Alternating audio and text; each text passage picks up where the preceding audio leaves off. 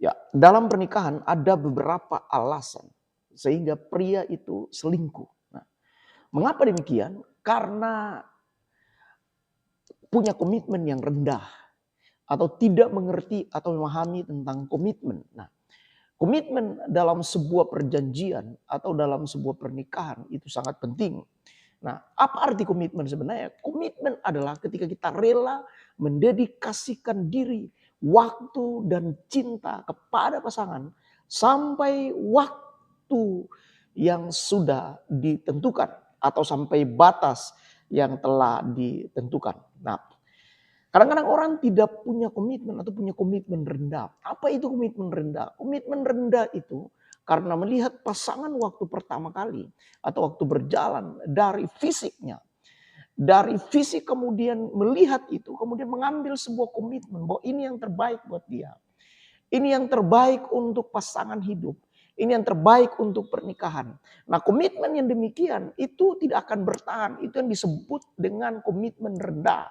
Nah, karena komitmen perlu komitmen yang tinggi, bukan melihat dari luar, tetapi melihat dari dalam. Nah, sehingga benar-benar pernikahan itu akan berjalan baik, berjalan dengan lancar. Nah, karena banyak orang menikah karena tubuh, bukan karena jiwa.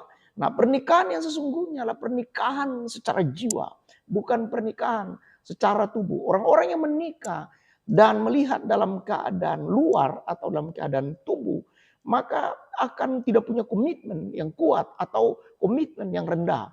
Karena hidup ini berjalannya waktu, itu akan terjadi kemerosotan baik kepada pria maupun kepada wanita. Semakin hari umur semakin tua, maka semakin terjadi perubahan di dalam kehidupan, di dalam tubuh, di dalam wajah, di dalam struktur tubuh itu terjadi perubahan-perubahan. Sehingga perlu komitmen yang kuat, komitmen yang tinggi. Komitmen yang tinggi itu adalah komitmen dengan jiwa. Nah, sebabnya orang punya alasan atau pria punya alasan untuk melakukan perselingkuhan karena dia tidak mengerti atau punya komitmen yang rendah terhadap kehidupannya. Nah, para pria saya ingin sampaikan, para suami saya ingin sampaikan, kamu harus punya komitmen yang tinggi. Komitmen tidak hanya berdasarkan pandangan mata yang dilihat, tapi komitmen adalah berdasarkan cinta kasih sayang yang tulus dari dalam hati. Kemudian itu akan menjadi kualitas komitmen yang kuat. Nah, saya berharap saudara masih punya komitmen yang kuat. Saya berharap para suami-suami masih punya komitmen yang kuat. Saya berharap para istri-istri masih punya komitmen yang kuat. Sehingga perjalanan pernikahanmu itu akan berjalan dengan baik. Nah, dalam kesempatan ini saya ingatkan dan memberi tips buat saudara. Memberi tips buat saudara. Bahwa saudara di dalam melakukan sebuah hubungan atau pernikahan, maka harus punya komitmen yang tinggi.